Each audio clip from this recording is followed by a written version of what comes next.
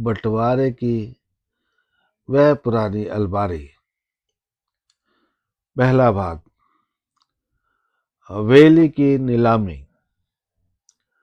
रामपुर के छोटे से कस्बे में शांति भवन नाम की एक पुरानी हवेली थी।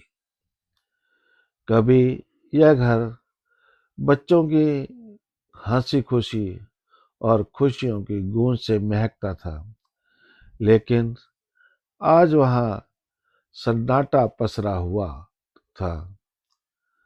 घर के बड़े मुंशी जी और उनकी धर्मपत्नी के जाने के बाद उनके दो बेटों अमित और सुमित के बीच घर के बंटवारे की बात चल रही थी। अमित, बड़ा बेटा, जो शहर में एक बड़ी कंपनी में मैनेजर था, उसकी पत्नी रीना को गांव की इस पुरानी हवेली से कोई लगाव नहीं था। उसे बस अपने हिस्से का पैसा चाहिए था।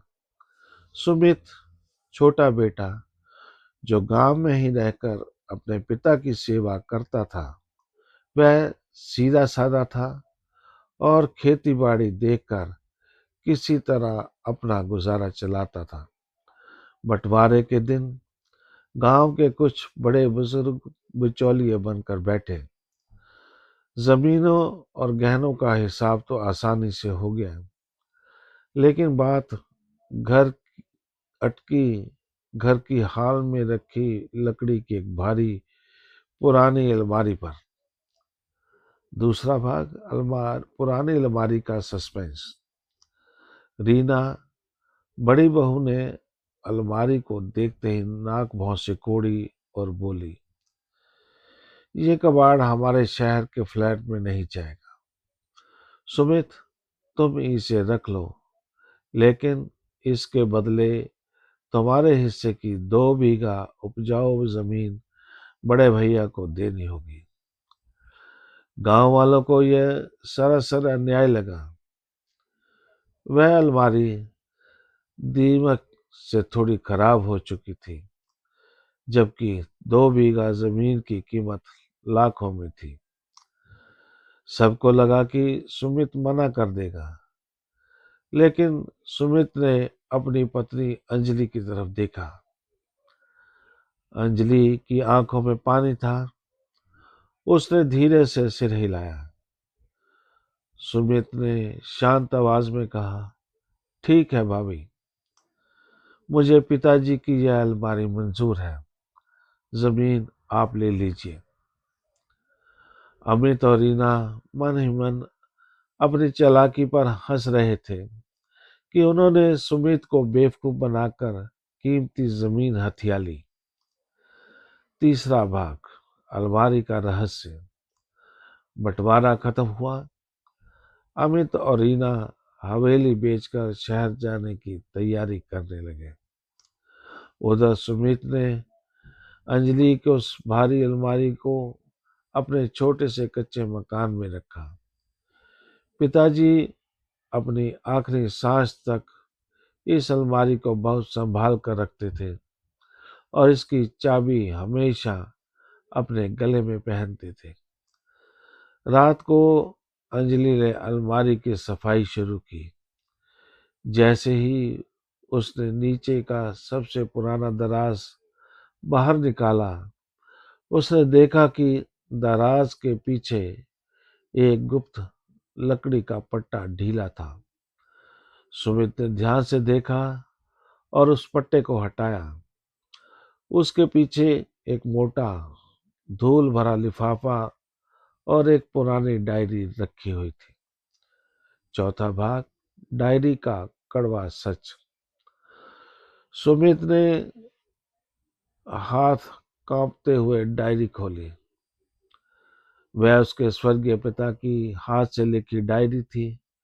पहले ही पन्ने पर लिखा था, अगर मेरे जाने के बाद यह अलमारी सुमित के पास आई है, तो इसका मतलब है कि अमित ने फिर से सिर्फ अपने फायदे के बारे में सोचा। सुमित की आंखों से आंसू बहने लगे। उसने डायरी आगे पढ़ी। 10 साल पहले जब अमित को शहर में बिजनेस के लिए 20 लाख रुपयों की सख्त जरूरत थी, तब उसने गांव की पुश्तैनी जमीन धोखे से गिरवी रख दी थी। अमित को जेल जाने से बचाने के लिए मैंने अपने जीवन की पूरी जमा पूंजी देकर वह जमीन छुड़ाई थी। अमित को कभी अपनी गलती का एहसास नहीं हुआ, लेकिन सुमित ने बिना एक सवाल पूछे दिन रात खेतों में मेहनत करके मेरा कर्ज चुकाने में मदद की।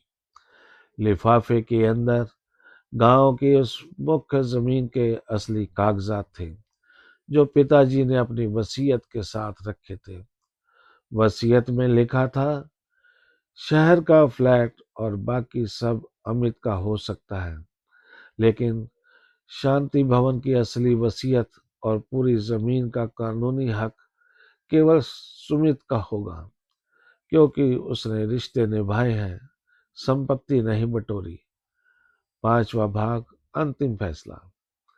अगली सुबह जब अमित और रीना शहर जाने के लिए अपनी गाड़ी में सामान लाद रहे थे, सुमित वहां पहुंचा। उसके हाथ में वह लिफाफा था।